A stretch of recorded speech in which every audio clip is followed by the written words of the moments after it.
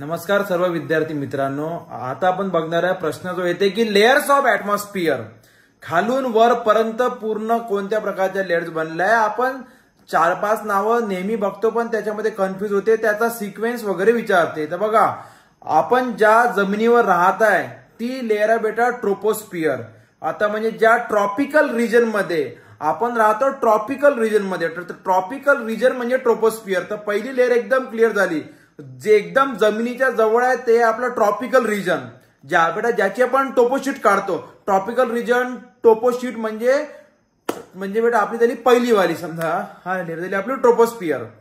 आता बघा, समोर जेव्हा तुम्ही जाणार त्याच्याही वरती अशा टोटल 4 लेयर आहे. सर्वात वरची आहे एक्झोस्फिअर. त्याला लक्षातच ठेवायचं की जे सर्वात देवबाप्पाच्या जवळ आहे ते म्हणा एक्झोस्फिअर, ते झाली शेवटची.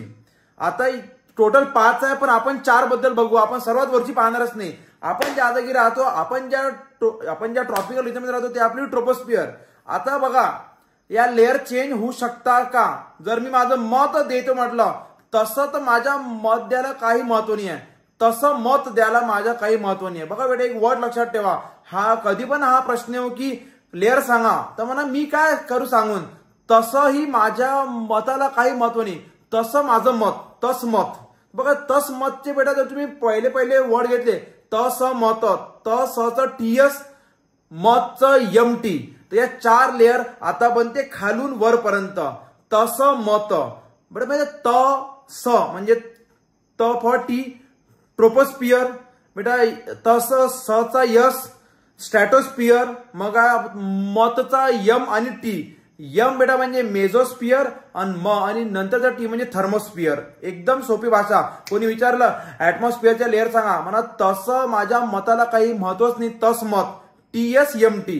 ट्रोपोस्फिअर, स्ट्रॅटोस्फिअर, मग मेझोस्फिअर, मग थर्मोस्फिअर. म्हणजे सर्वात वरती आहे देवबाप्पा जो ते आहे एक्झोस्फिअर. ठीक आहे, आपण भेटत राहू पुन्हा या प्रकारचे व्हिडिओ आहे का. तुम्ही ह्या गोष्टी नेहमी रिकॉल करत कोणालाही विचारा, मला सांग लेयर्स ऑफ ऍटमॉस्फिअर काय, तर सांगा तसं मत आहे म्हणा. तर तसं मत म्हणजे का टीएस एम टी. ओके, भेटूया. Thank you very much.